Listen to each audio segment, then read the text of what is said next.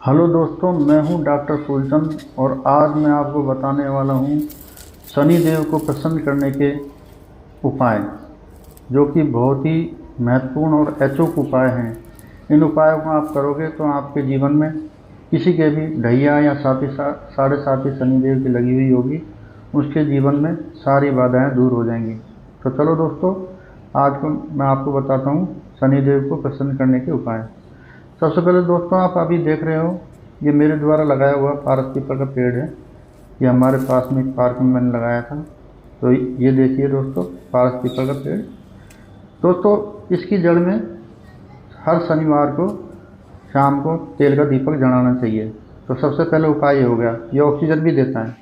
दोस्तों, ये दूसरा पौधा आपको अभी ये जो दिखाई दे रहा है, ये है शमी का पौधा।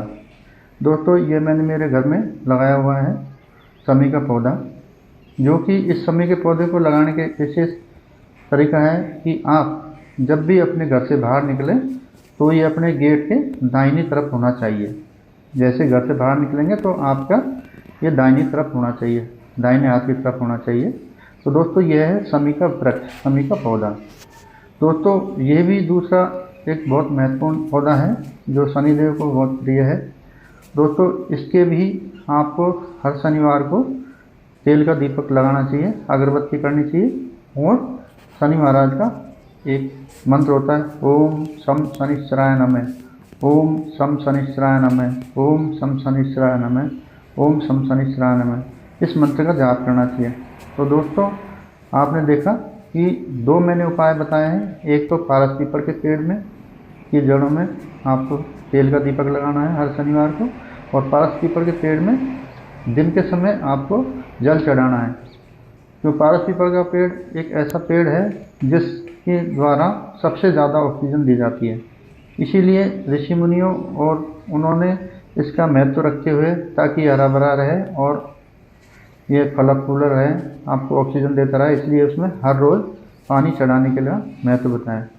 तो दोस्तों, ये मैंने दो पौधे आप पेड़ बताएं, इनमें शनिवार के दिन दीपक लगाना चाहिए तेल का।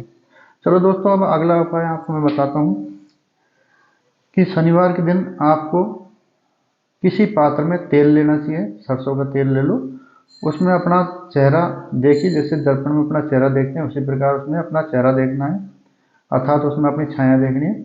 उसके पश्चात उसको 21 बार अपने से चारों तरफ से उसको उतार करके और उसके बाद में उसका शनिदेव के मंदिर में उसको दान कर देना चाहिए। तो दोस्तों, ये हुआ तीसरा उपाय। अभी मैं आपको चौथा उपाय बताता हूँ कि शनिवार के दिन आपको किन किन चीज़ों का दान करना चाहिए। शनिवार के दिन आपको काली चीज़ों को दान करना चाहिए, जैसे काला कपड़ा हो गया, जैसे उड़द हो गए, काले तिल हो गए, इन चीज़ों का दान करना चाहिए। इसी प्रकार आप लोहे के सिक्के जो पहले चलन में थे, 1 रुपये का सिक्का, 50 पैसे के सिक्के, ये सिक्के जो पहले के चलन के हैं वो सिक्के आपको दान करना चाहिए। कोई विकलांग व्यक्ति होता है, उसका बहुत ही महत्व होता है, उनको शनिवार के दिन आपको अवश्य दान देना चाहिए। इससे शनि महाराज प्रसन्न होते हैं। दोस्तों, अब मैं आपको बताता हूँ अगला उपाय कि हर शनिवार को आपको मंदिर में जाकर के शनि महाराज को अति प्रिय होती है इमरती, उड़द की बनी हुई इमरती, उसका भोग लगाना चाहिए। इसके अलावा और भी कई चीज़ें हैं, परंतु महत्वपूर्ण तो इमरती का भोग लगाते हैं, वही महत्वपूर्ण है। इसके अलावा दोस्तों, शनिवार के दिन जाकर के शनि महाराज के मंदिर में शनि स्रोत का पाठ करना चाहिए। शनि चालीसा होती है, उसका पाठ करना चाहिए, उनकी आरती का पाठ करना चाहिए।